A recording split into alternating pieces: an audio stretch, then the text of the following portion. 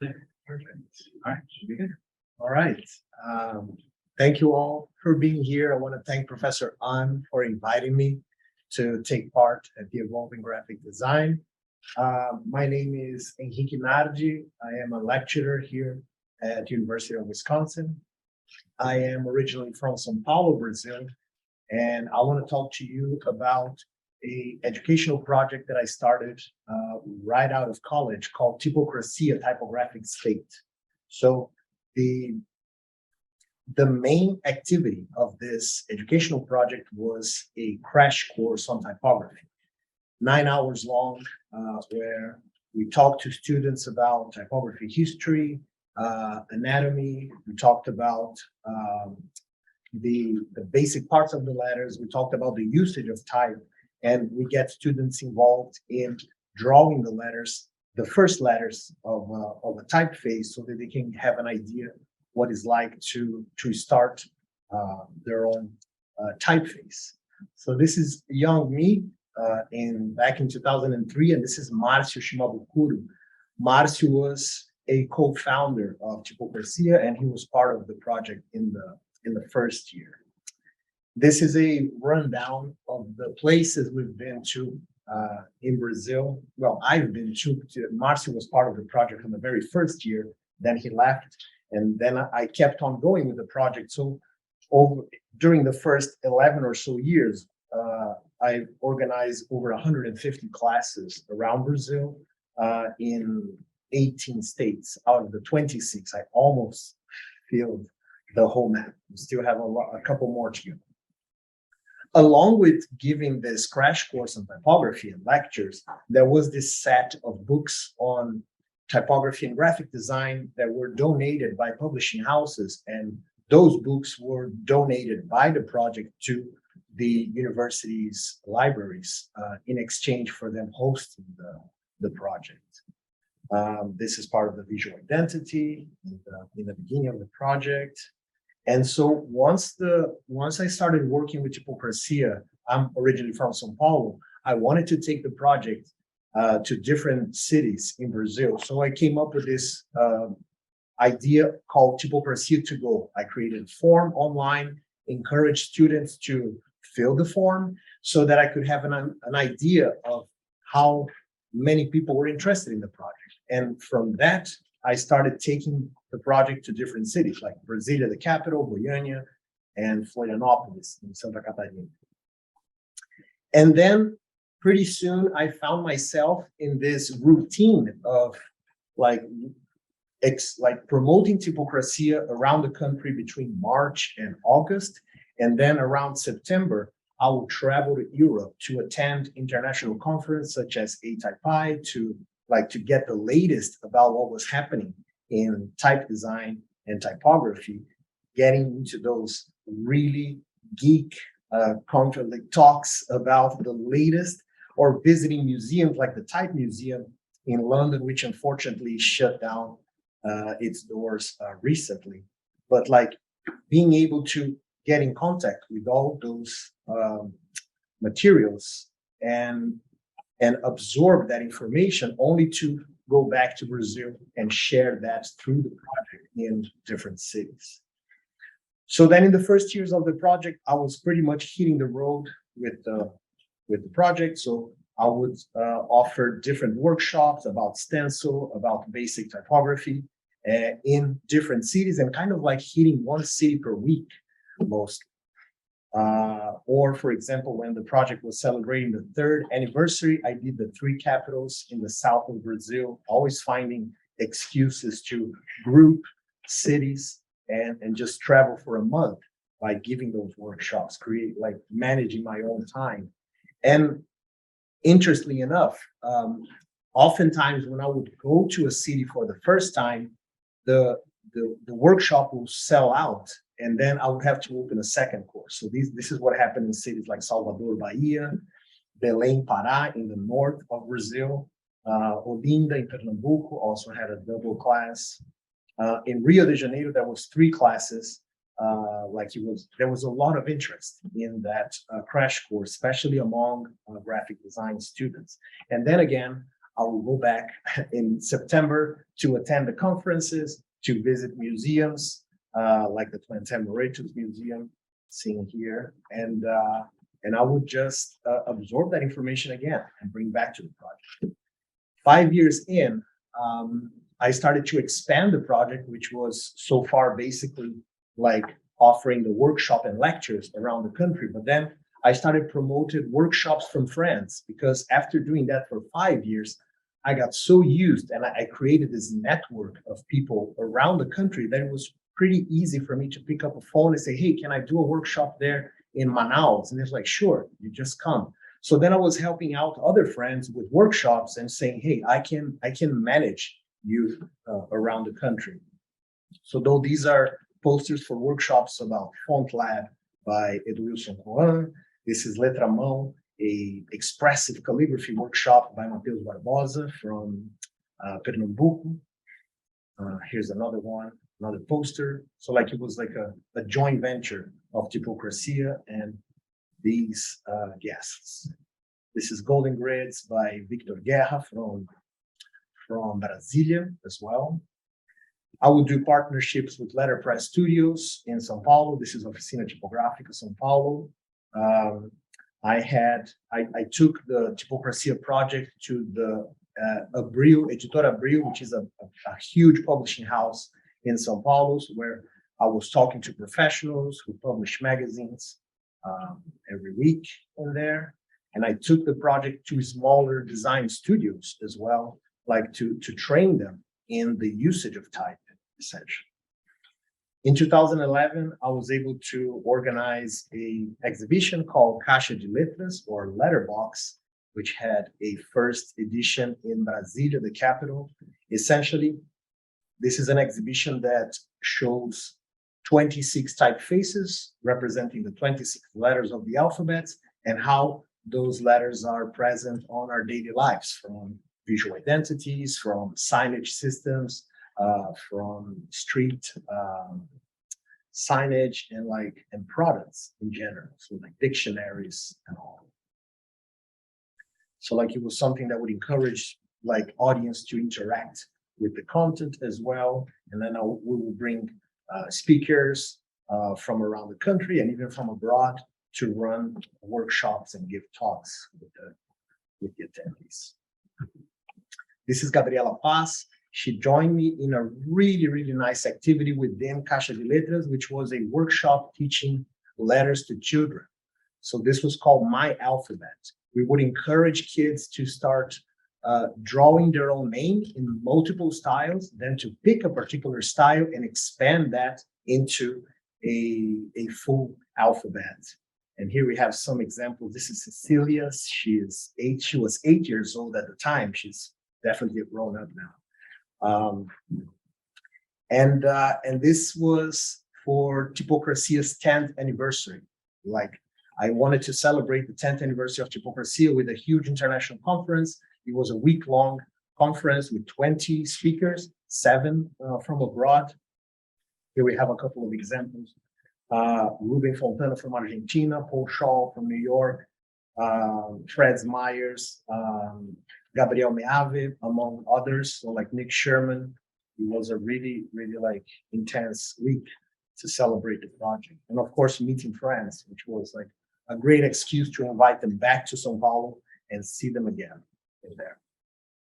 This was the second edition of Caixa de Letras exhibition. This time it took place in São Paulo in a really respected venue, which was the Museum for the Portuguese Language. And that was a joy to bring that exhibition to a larger audience in São Paulo capital. So here are some examples of the exhibition. And then, of course, having a presentation of it as well. And this was along with the first edition of ATypi in São Paulo. It was also the first time that the conference took place in the Southern Hemisphere after 50 plus years. So it was also an amazing opportunity to host ATypi in São Paulo and to help organize it with with my friends. In 2016, I started teaching here at UW, so I moved to Madison. And once I got here, I started working with murals with friends here in Madison. This is like, so I had a couple of examples of those murals. This one was an homage to Otis Redding that was designed with Sila Costa and Jackson Alves, two dear friends from Brazil. They were visiting, and I encouraged them. Like I was like, would you like to do a mural? And they were like, well, if you can get us the paint and the wall, we can do it. So overnight, I became a mural producer and started doing the design with them as well. So like it was such a joy.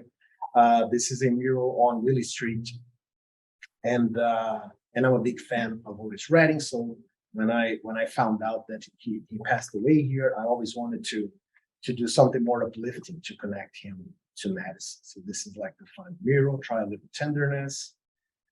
Later, I invited two other Brazilian friends, Caetano Calomini and Flávia Zimbardi, and they came here to do this big mural called Better Together behind the Hawthorne Library. This is like the final version. And I went to the Hamilton Wood Type and Printing Museum, like always a joy to be there and being so close to them. So then I was printing a poster for the 15th anniversary of Typography. Since I am away from Brazil, I can do things on my own in here and try to promote things online. And this is Stephanie Carpenter, who came here a month before the pandemic in this very room to give a talk. And this is the final poster. And this is the mural that I've done during the pandemic with Lyubov that says Madison, that is on Monroe Street. It's one of the latest murals. And then to wrap up, this is Lyubov. And this is the mural that we did with students from AIGA chapter to encourage people to vote. That was also in 2020, October 2020, by the Madison Contemporary Museum of Art, MoMOCA. And last thing, 7 seconds, this is the ATIPO, an online conference that I helped organize during the pandemic. These are some of the editions and some of the guests. There's another one coming this late August, unfortunately only in Portuguese. People, thank you very much.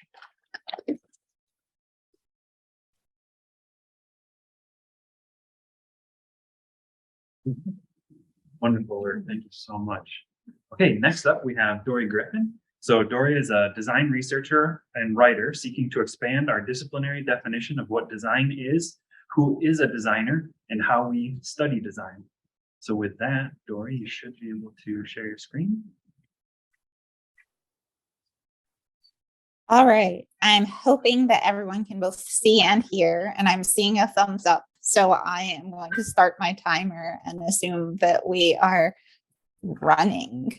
Hi, everybody. I am Dory Griffin. I teach design and visual communications at the School of Art and Art History at the University of Florida.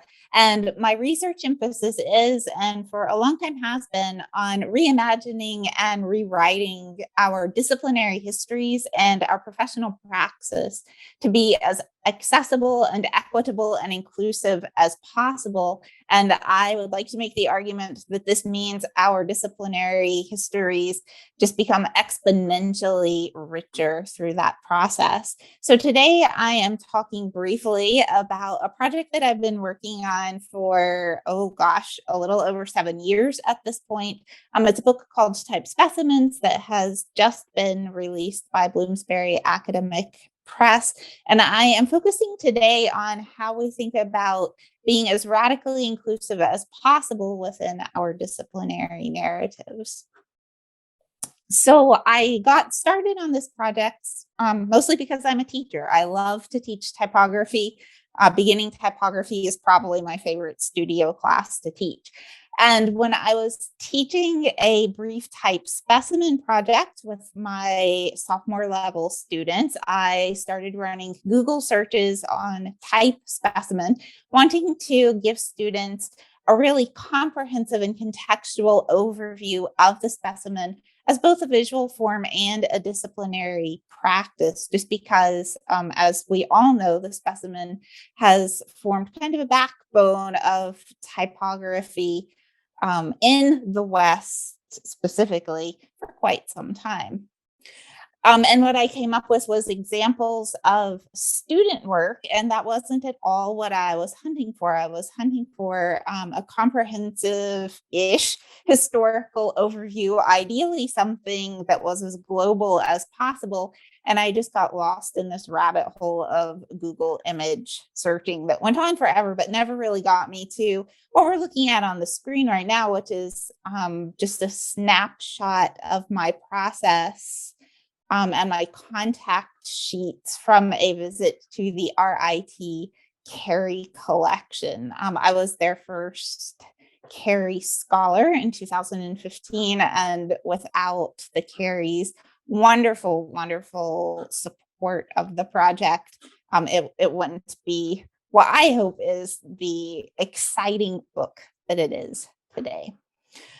So I wanted to be able to share this history of typography and the typographic specimen with students, with practitioners, and particularly with other educators who were teaching typography and wanted a way to historically contextualize the work that we were doing with students, but with an eye toward thinking about how this historical context frames and shapes our contemporary practice. Because historical images are beautiful and fascinating and exciting, especially for type nerds. But if we can't connect what we know about the past to what we're doing in the present and what we hope to achieve in the future, then it's just so many beautiful Instagram images, which is, again, fun, but not necessarily the point of an education per se. So the process, after years and lots of blood and sweat and tears, ended up with a book called Type Specimens that represents specimens from 24 countries and in 15 different scripts.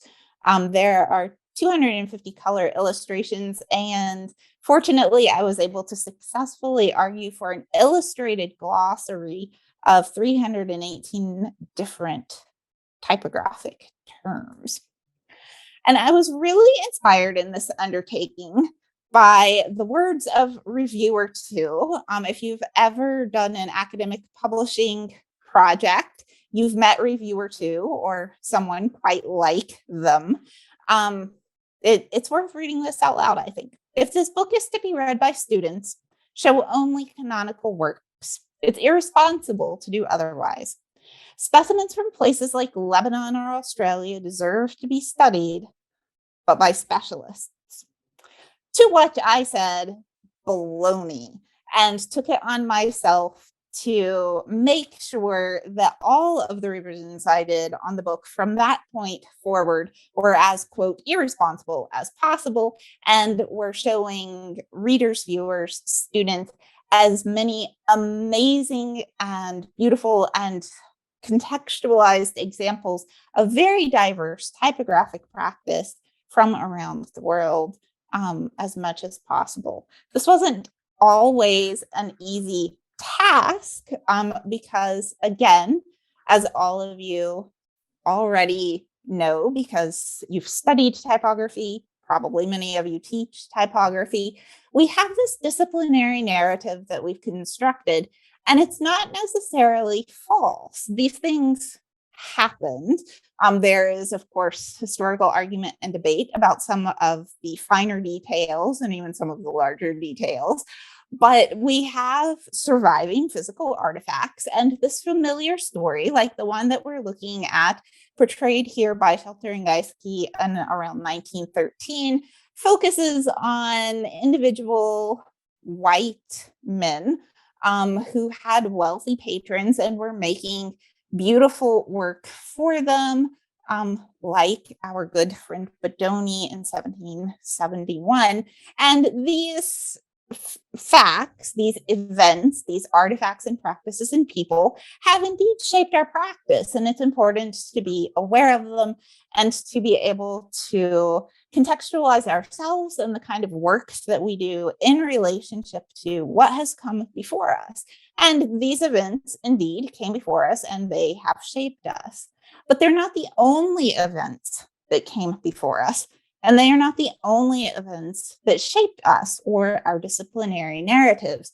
And so if we think about the image of the printer's shop in Germany that we just saw in the previous slide, and we compare it to something like the painter, the woodcutter, and the printer, depicting in a documentary way the work of bookmakers, commercial publishers, and printers in Japan.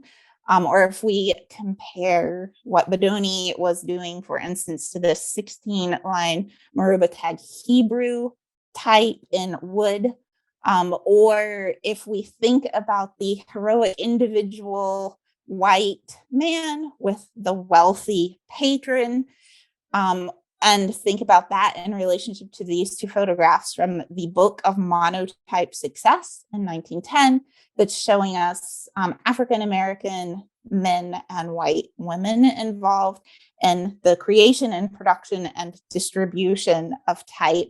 We start to realize how limited our disciplinary narratives are and how much room there is to broaden those narratives, to invite in new perspectives, to hear from voices that we as a discipline have silenced in the past, often violently, sometimes not only figuratively, but literally. So how do we start undertaking this process? I don't have a global answer. All I can do is talk to you about a few of the things that I focused on and prioritized in the process of putting together this particular book. So I was extraordinarily committed to finding, sourcing, figuring out grant funding to facilitate the printing of as many large format color images as possible. I once had someone ask me why I didn't just take my students to an archive and, quote, see the real thing. That's what they did with their students.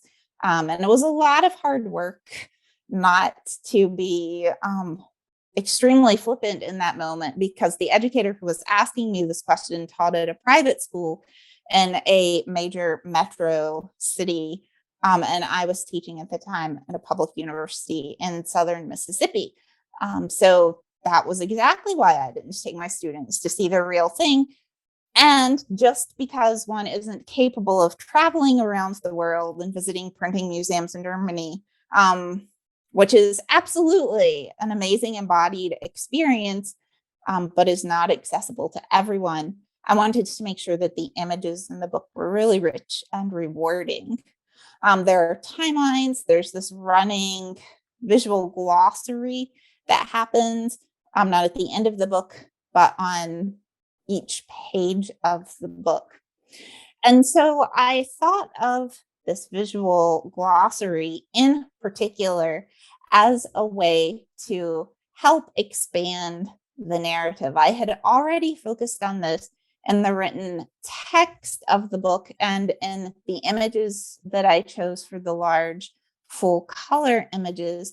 But as I started working on the visual glossary, I was very interested in making sure that as I illustrated familiar and sometimes unfamiliar typographic terms, that I was looking for examples that came from as many places and cultures and print traditions as possible, so that the picture of typography that the book as a whole begins to build is expansive instead of limiting, that it invites people in instead of excluding them.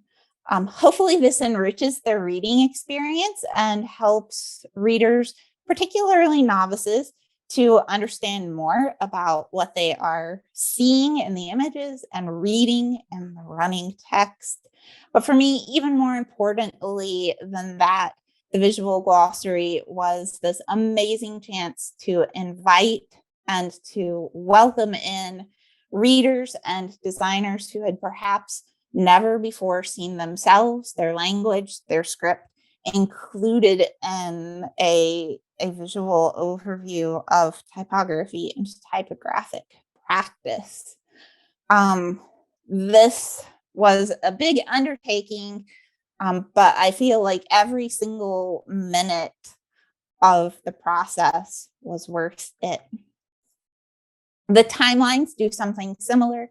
They frame this idea of global exchange, a global typographic landscape, a conversation that happens not only in, quote, the centers of typographic practice, but also in what has historically been defined as the periphery, brings these moments into conversation with each other. Again, hopefully expanding the story in really very meaningful ways. And again, embracing this idea of radical inclusion has been part of every single image, example, and writing undertaking that I have tried to embrace here, thinking about how we can include designers and users and practices and artifacts that our disciplinary narratives have excluded in the past. Two extraordinarily fast examples. I'm happy to share my slide deck with anyone who would like it afterward. The Colored American Cooperative and More Publishing and Printing, looking at African American printing and publishing in the United States. And then Notosen's Nushu, a typeface by Lisa Huang that is replacing orientalizing and stereotypical typefaces from the past. So wrapping up very quickly, I genuinely believe that it's our students who are the future. And if there are any students who are into sharing your own typographic explorations and contexts with others, I really hope you will get in touch. Thanks, everyone.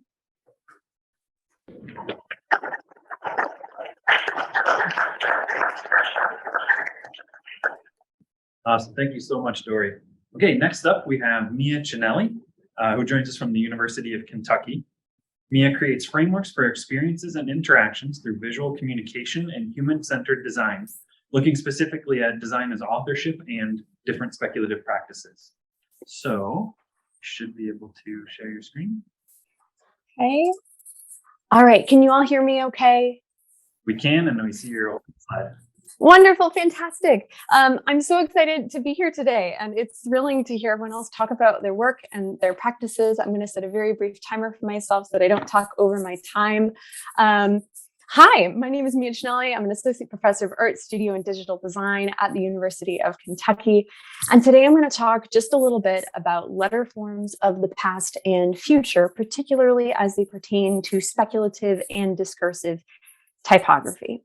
So I'm absolutely thrilled to be a part of the Evolving Graphic Design exhibition. And I have two works on display, and I'm going to talk about them both today in this presentation. And the very first of these two is a series called Speculative Characters for Visual Inflection, which I designed in 2019. And this is a work which looks to the future.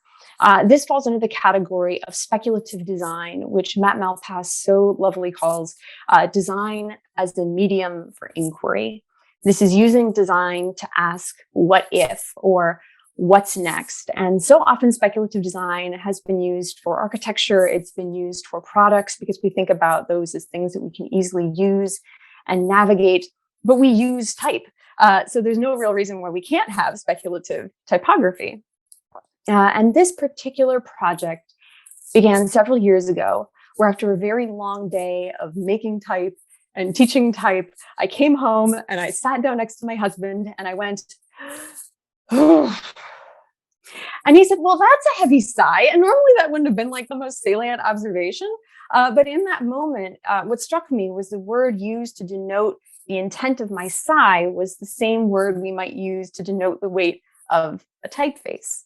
So I started thinking, what would a heavy sigh look like typographically, or even a semi-bold sigh? And why don't we have a character for this? Like, why haven't we been doing this typographically? Because so much of our communication is nonverbal, right? We communicate through gestures, we communicate through facial expressions. And when we don't have access to this, when we don't have this information available, we find workarounds for it, right? We use things like emoticons, which are just recontextualized letter forms and punctuation, as a way to integrate these reactions or facial expressions, these facsimiles of facial expressions, into our written or typographic communication. And of course, we have emojis, which become the kind of illustrative versions of this, which I use all the time and really love. But the reality is that we've been thinking about how to do this for quite a long time. How do we think about gesture? How do we think about expression typographically and in our work? And so there's a long history of this. So such examples include the manicule, which were drawn originally in the margins of books. And we can see that it's literally a pointing hand, right? And so this becomes its own character, having been used quite commonly in the 12th through the 18th century. We also have something like typographical art, which was featured in Puck magazine, which is these recontextualized printer's marks to create faces in 1881, a whole 100 years before we start thinking about the emoticon in contemporary use. We also have the interrobang, one of my favorites, by Martin K. Spector, who worked in advertising in the 1960s, and recognized that we were using a question mark and an exclamation point at the same time, and thought, what if we just combine these into their own mark? And so he came up with the interrobang as a way to ask incredulous questions. And while this was never it never really took off, like I think that many typographers know and love and use them, it was used on some typewriters in the 1960s. More recently, of course, we have other folks who are coming up with proposals like Adam Stanway's Happy Mark, among others, from 2014. And here, this is recontextualizing kind of a parentheses into a smile to say something with enthusiasm, but ensuring that that enthusiasm is read really positively. So clearly, I'm not the first person to be thinking about this. Other people have thought through this. And so when it came time to think through my own kind of speculative characters, what I thought we really might need in the future to be clearer or more empathetic, or things that I thought we were missing, I thought a lot about sound and shape. I thought a lot about gesture. I thought a lot about social symbols. And it's worth noting, these are from my own cultural perspective, rooted within a Western context. These are not exclusive. These are not universal. They are not exhaustive. And these would not look the same everywhere. So I want to be really clear about that. But among these examples, I have just a few to show you today. These are some of these characters, and they include the affecticon, which is kind of like a heart or an ampersand or a hug, because the red heart is my most commonly used emoji. And when we're not using this, we're doing like the less than 3, which I think is just like kind of lame, right? This is a much more elegant solution. We have things like the shrug sign. I'm sure that everyone has been in a meeting where they have no idea what's going on and they kind of do this. How could we do that typographically? There's the frustration point, which is kind of bristling and angry, and I think sums up how we feel when we're writing a frustrated email. We have the cringe mark, which reflects a wince of pain or embarrassment, referencing how you might feel if you were embarrassed. There's the anticipation point, which is just a ligature of an em dash and an exclamation point, which carries the enthusiasm without the redundancy of 2 or even, God forbid, 3 exclamation points. There is the disgust mark, which is kind of a stand-in for ugh or blah or yuck. And it's kind of like a frown. It's kind of dripping. It's kind of like a tongue. It's a little bit gross. We have the awkward pause, which is just a long comma. And we have snark marks. A gesture that I really love that we completely lose in written context are air quotes when we're saying something mockingly, thinking about how we could incorporate this into our typographic communication. And so these are just a few of these series. Another project that I would like to talk about that's also on display looks backwards a bit at the past. And there's a project called Pandemic parade banners, and these are from 2020. And I like to think of these as falling under the category, maybe my favorite category of design, which is discursive design, aptly named and described by Bruce and Stephanie Tharp. And discursive design is a category of design that its whole intent is to communicate ideas and prompt conversation. And it's not about solving problems as the end goal, so much as it is about asking questions and prompting us to talk through things in a new way. And so this particular project began in March of 2020. What a bad time, right? And I found myself, as so many other people were, teaching online, trying to navigate everything that was happening and faced with the reality of what it means to live through a historic event. And so I found myself repeating really similar phrases. What a strange time. Strange times. This is a challenging time. These are some screenshots from emails that I was sent during March of 2020. And found myself really thinking through how odd this was, and these phrases that I kept repeating, seeing in email, seeing on Twitter, saying to my students. They kept saying, what's happening? And I kept saying, I'm so sorry, I have no idea.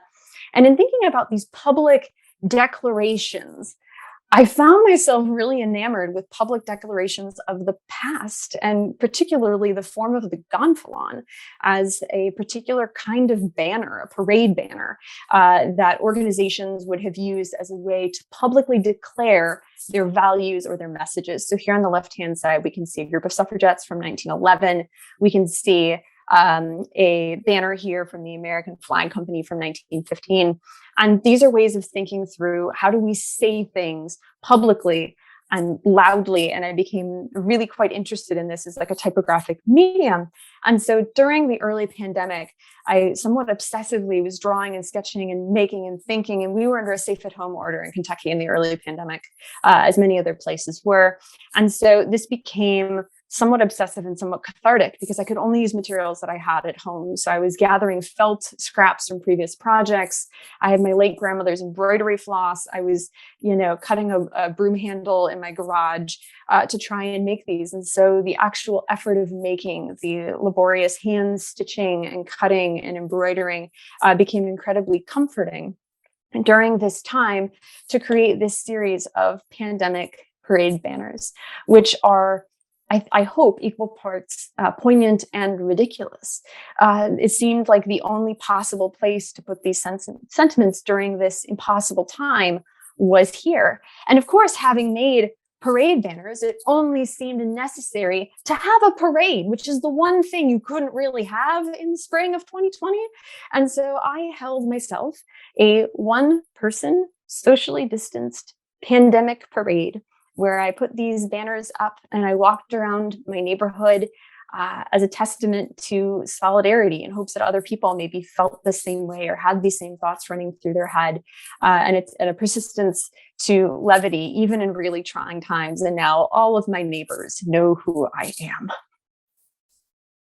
Because the thing is that when the present is really scary, it's really easy to look to the past for comfort or for nostalgia or for direction typographically, even if it's just comforting, right? Because we might think of it as being easier or a simpler time, and it can allow us to think about our present maybe through a context that we already kind of know and recognize.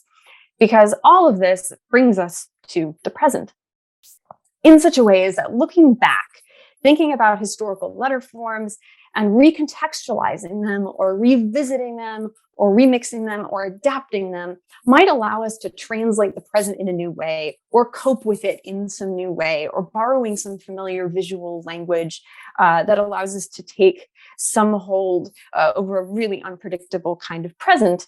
Whereas the speculative characters allow us to think through the present by looking at the future, right? So we can do this in a way by thinking what futures are probable and what are preferable and what are avoidable. And we can almost use speculative works as a kind of future retrospective so that we can look at them and say, okay, do we want this to happen? Don't we want this to happen? And with that knowledge, what are we doing right now? What are we doing right now in our creative practices? What are we doing right now in our actions to create the future that we're hopeful for? And so often when I show these works, but not always, I accompany them with some kind of world building images, things like a typing guide or keyboard layout, which allows us to think through where these characters could go if we wanted to use them, or even further encouraging people to use them in their everyday lives. Because it's only through our actions of the present that we can really begin to think about what's next. Thanks, everyone.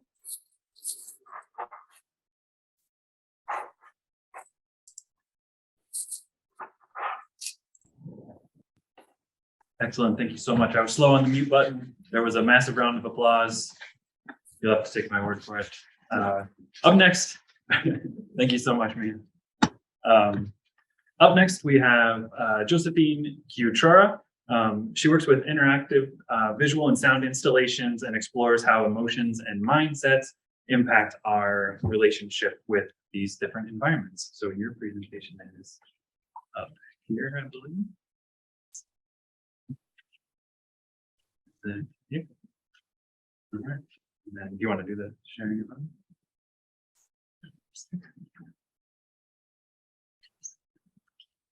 Yep. Oh, you just hit the play button. Okay. Let me share the whole screen.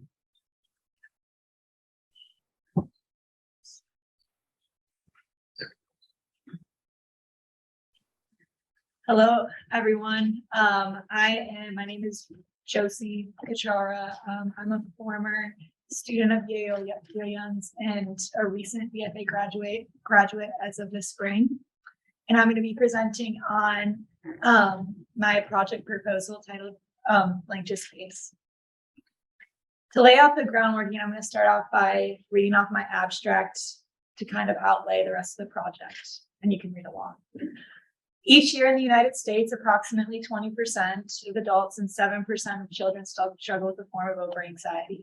On a global scale, nearly 4% of the world face the same struggle, and that remains only in accordance with the record taken in 2018. In a competitive country and greater world, the racing desire to win nature is perpetuated as human nature. And while biology to a certain extent deems that true, this imaginary race that everyone's attempting to win is unachievable and is transformed into a never-ending game of mental overexertion and personal conflict. Despite its encapsulating effect, anxiety remains to be a personalized mental battle that is rarely understood or wanted to be understood by another, allowing it to exist as an avalanche issue that is triggered and grown over time and independently.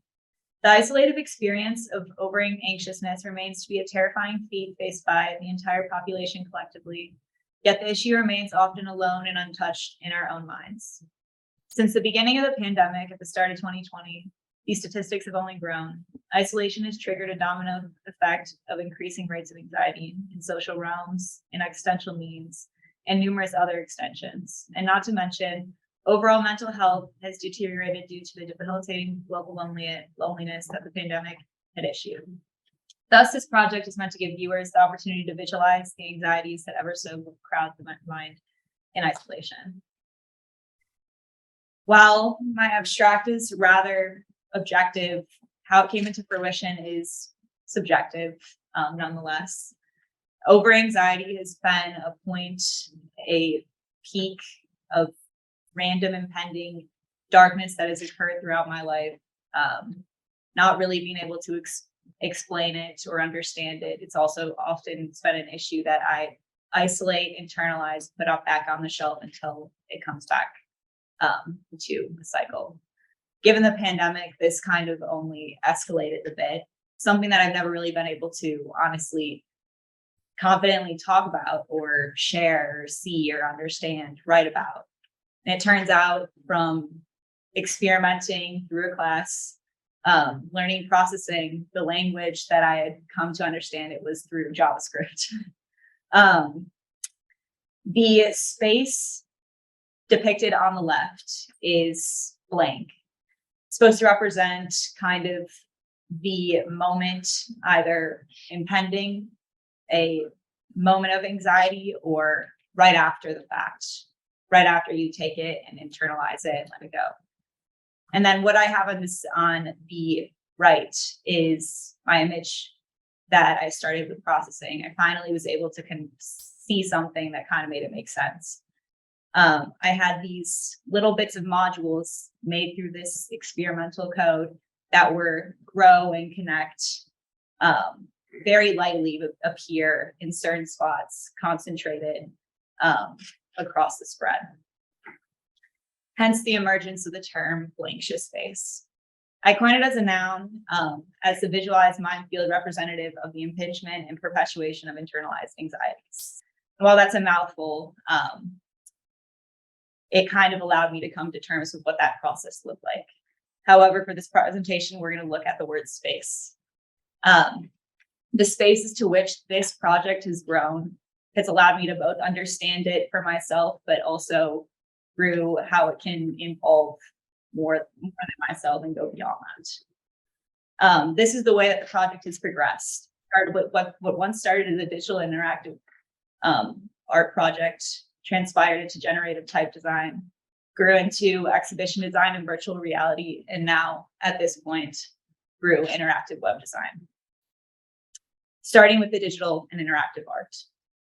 These 2 images out of 4, you'll see the other 2 on the slide, represent the beginning stages of my reflection and how I felt. The beginning, showing on the left, is not really actually noticing what's going on, emerging different points of over anxiety until they become. Second image, when they all impinges, not being able to see quite clearly, darkness coming from all areas. And then we have the inverse of such, being able to see light, being able to return from that moment, getting back to the space that it was once all white. And then I decided to include music. Someone that has had these different spurts, it's been a way that I've come to terms with it. So I wanted to invite or add sound installation to also allow the viewer and interactor to experience the sound as well.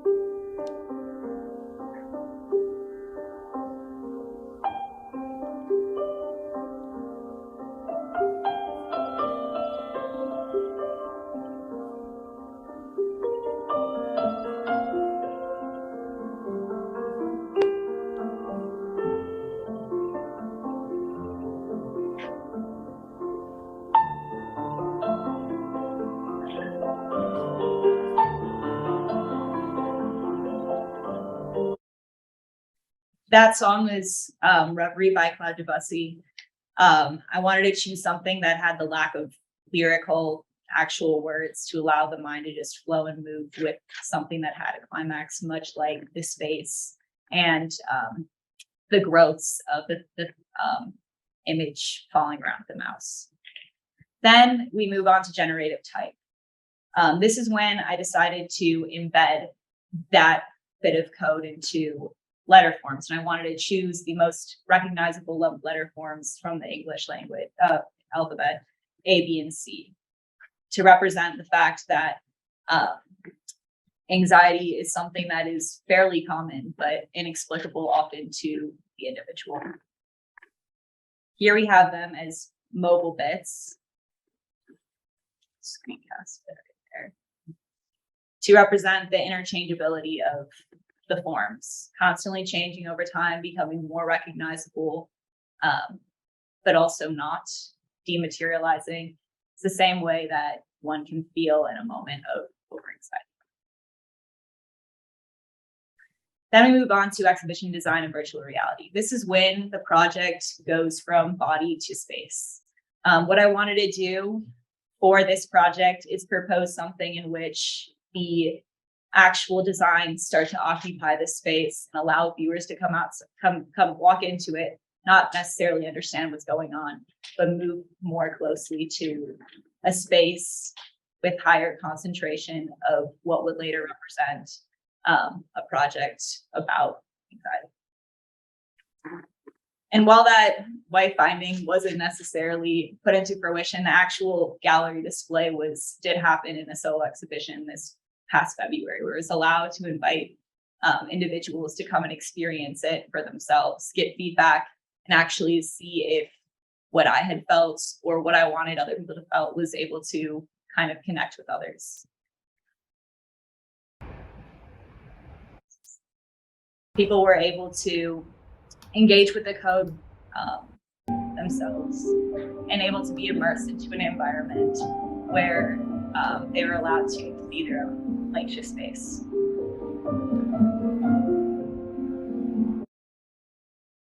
And then we move along to the virtual reality gallery. This allowed people to also experience the space alone at home. In the light of the pandemic, obviously, this is one way to experience it. I tried to mimic Gallery 7 here at UW-Madison and allow people to come and make it themselves. Then finally, we move to interactive web design, which is my current development. Although this space in the physical and the virtual reality was a good proposition, I really wanted people to be able to be fully immersed into an environment comfortable in their own home, not be forced into an environment of themselves. So here are my wireframes for what is currently being developed as an interactive bed, highlighting the play on words, blankshious, anxious, being able to click each letter and be faced with either an image that they could click and see and really look at in high form, or make a space of their own. I think I have 3 minutes left, but I wanted to emphasize the point that this project, it's rather complicated, but what I came to learn is through like a bit of multidisciplinary graphic design practices, it's meant to exist kind of on all forms and every level. And I wanted to thank Professor Yo-Yeon, because she's the one that like allowed me to get here at this point, also to the nice panel of people that I've been invited with. But yes, that's all.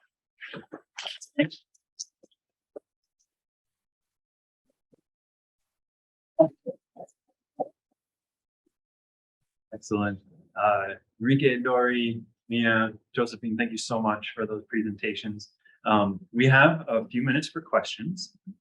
So if anyone in the Zoom would like to either unmute and ask a question, feel free. If you prefer typing it in to the chat, I can feed those into the discussion. If anyone in the room has a question or anything that you're curious about, please feel free. I'm going to awkwardly pause and give people a moment to reach for their unmute button.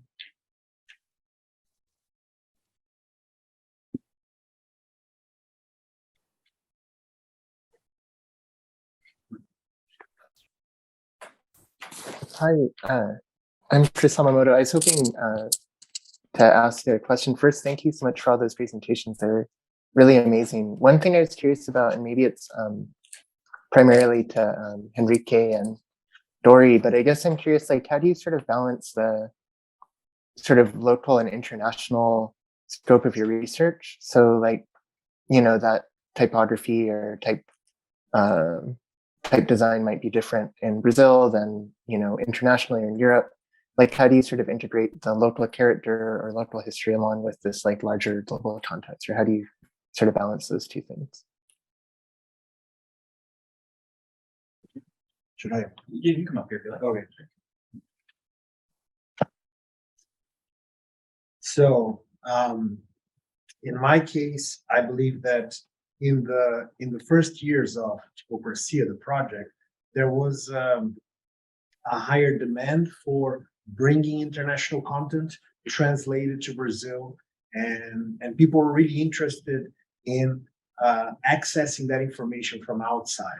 I would say that these days, the knowledge about typography is way more disseminated throughout the country, and there is kind of like this discovery of the local jams in Brazil. So it's like, we'll take a look at the hand painted letters in boats. We'll take a look at the vernacular. I think this is that there is more of a look indoors, inside what is going on in Brazil, and try to promote that to outside as well. So that's how I see it from Brazil.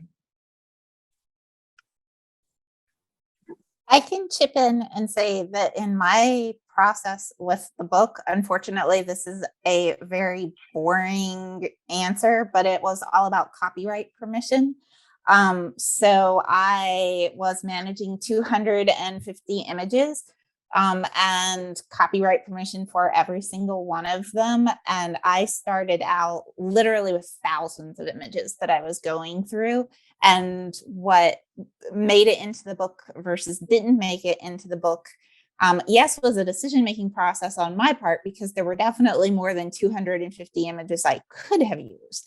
But a big part of that was just getting copyright clearance for those images. And then once I had done that, thinking about variety and diversity and including as many different voices as possible. Thank you both so much.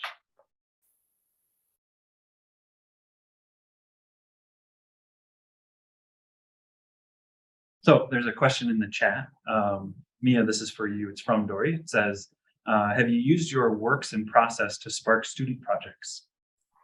Thanks, Dory, for that question. And I'm currently in the middle of image permissions myself for a book that I'm writing, so fully understand it's a whole thing.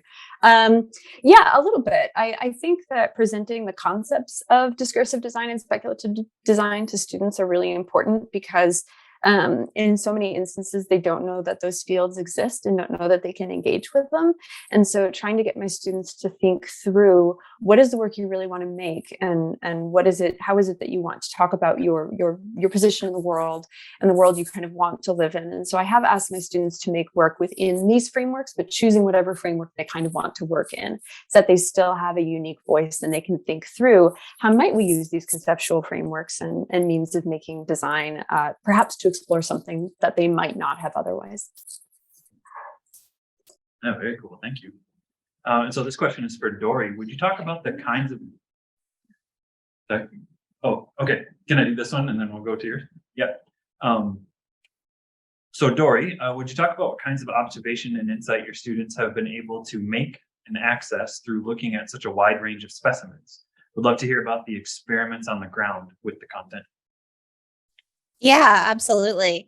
I think the most important thing they've been able to see and realize and understand is that the familiar story of graphic design history, which some of them are a bit acquainted with and some of them aren't, it is a heavily edited story, right? It's a very narrow story. It's a very singular story. It is a story with a purpose. And it's a story that has been subjected to, again, just editing by people in power, and being able to see such a wide range of examples helps them to understand that, because I explicitly show them examples of what graphic design history, quote, used to look like. Our survey texts are amazing in that when they were written, they weren't replacing anything. They were introducing the subject, but they are limited in that they were heavily edited with a certain perspective in mind, as all stories are. And so helping them to realize that is amazing. And I would also say, for so many of the images, I kind of live blogged my process on my social media while I was working on this book. And so many people spoke up and said, I've never seen or heard a designer talk about fill in the blank, right? Something that was connected to their culture and their heritage. And that is just, it's a moment that every single student deserves to have in the classroom, right? Looking up at the screen and seeing themselves reflected in what's happening there. That's magic. Oh, yeah. Karaoke. Well, my question is for you, and I'm sorry, what your name? Josie. Joby. Josie. Josie. Yeah. Okay, Josie. So the first thing is, I commend you as an undergraduate student. You still graduated. Is that correct? Yes. Yeah. So the level of research and experimentation is amazing.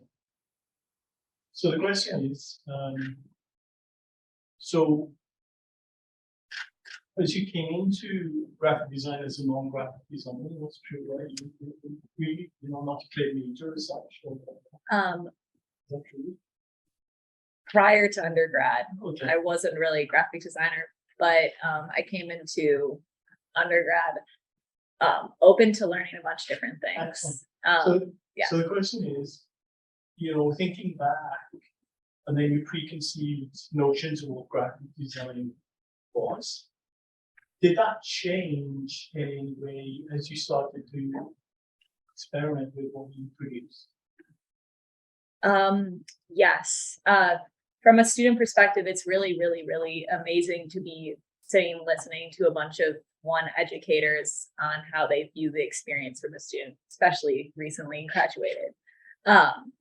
But speaking to this exactly, I mean, the project that I presented today is completely beyond what I thought graphic design would be at a university setting. I've taken a variety, obviously, of classes looking back. I always, like, a lot of the times when I was sitting in class, even to like in history of graphic design, it was all very, very much so like structural, like based.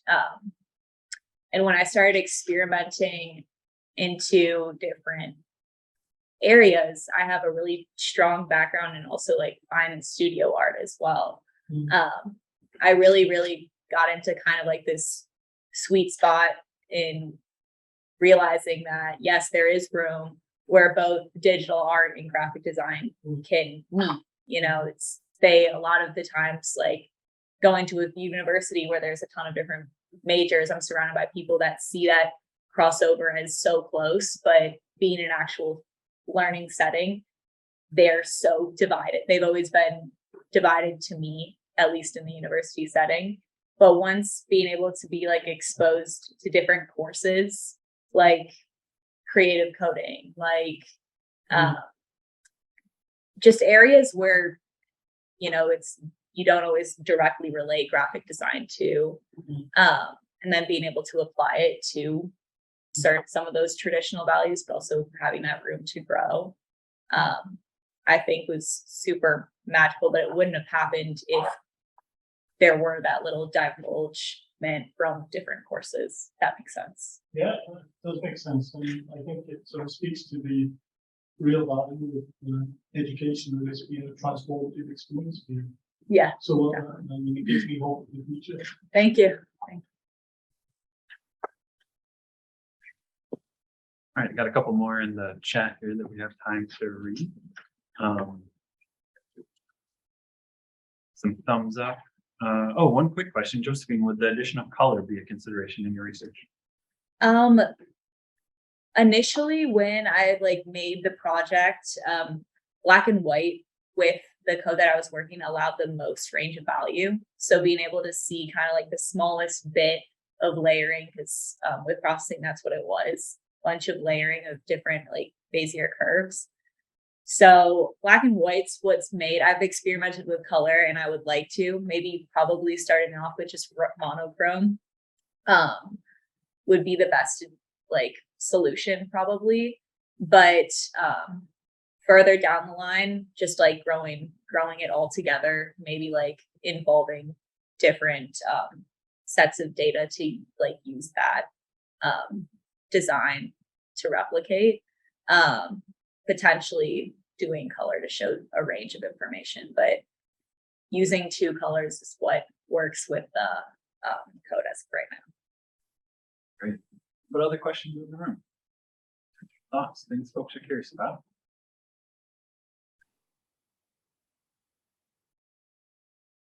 Enrique, I had a question about your work because you engage others, which sort of opens up the process.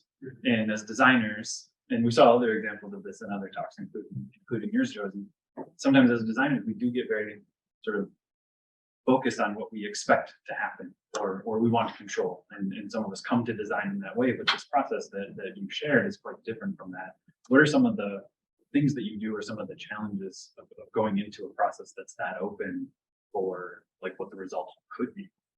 Are you referring to taking the workshops? To Yes. other places? Yeah. Well, I